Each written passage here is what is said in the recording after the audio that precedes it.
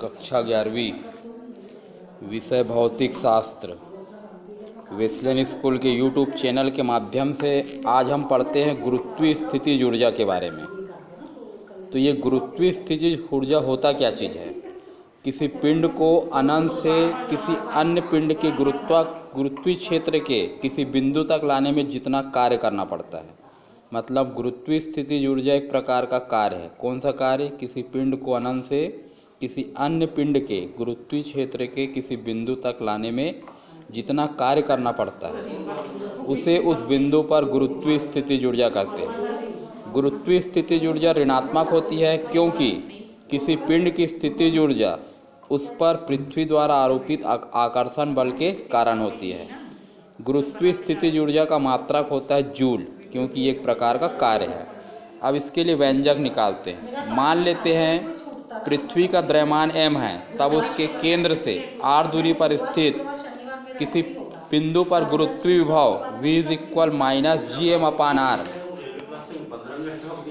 यदि इस बिंदु पर m द्रव्यमान की एक वस्तु रख दी जाए तो गुरुत्वीय स्थितिज ऊर्जा U = m/v। समीकरण 1 से v का मान रखते हैं। यदि पृथ्वी की त्रिज्या r तथा पृथ्वी तल से किस बिंदु की ऊंचाई h हो तो r = r+h। यहाँ रख दिए मान को, ये r की जगह। यदि वस्तु पृथ्वी तल पर स्थित हो तो h = 0। ये निकल गया गुरुत्वीय स्थितिज ऊर्जा का व्यंजक।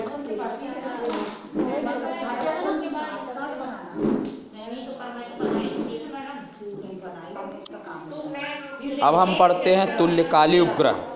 ऐसा उपग्रह जो पृथ्वी के अक्ष के लंबवत तल में पश्चिम से पूर्व की ओर पृथ्वी की परिक्रमा करता है तथा जिसका परिक्रमण काल पृथ्वी के परिक्रमण काल के बराबर होता है, इसको तुल्यकालिक उपग्रह बोलते हैं और यही ध्रुवीय उपग्रह भी कहलाता है। इसके परिक्रमण काल का सूत्र होता है T = 2π/r r+h⁻³ से।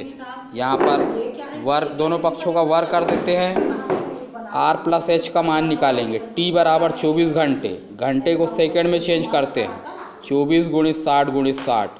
g का मान होता है 9.8 मीटर प्रति सेकंड। ये है पृथ्वी की त्रिज्या। रख के सॉल्व करोगे तो इसका मान आता है 42,220 किलोमीटर। इसी को पार्किंग कक्षा ही बोलते हैं।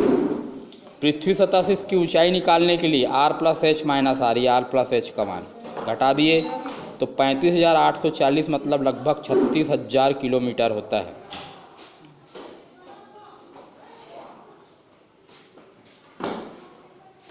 कृत्रिम उपग्रह के उपयोग देखिए। दूरसंचार एवं रेडियो सिग्नलों के संचार में, मौसम के पूर्वानुमान में, अंतरिक्ष से आने वाले विकिरणों के अध्ययन में, वायुमंडल के ऊपरी क्षेत्रों का अध्ययन करने में, भूगर्भीय जानकारी प्राप्त करने में, युद्ध काल में जासूसी करने में, मानव की अंतरिक्ष उड़ान एवं दूसरे ग्रहों तक पहुंचने में और उल्कापिंडों का अध्ययन करने में कृत्रिम उपग्रह या फिर तुल्यकालिक उपग्रह का उपयोग किया जाता है।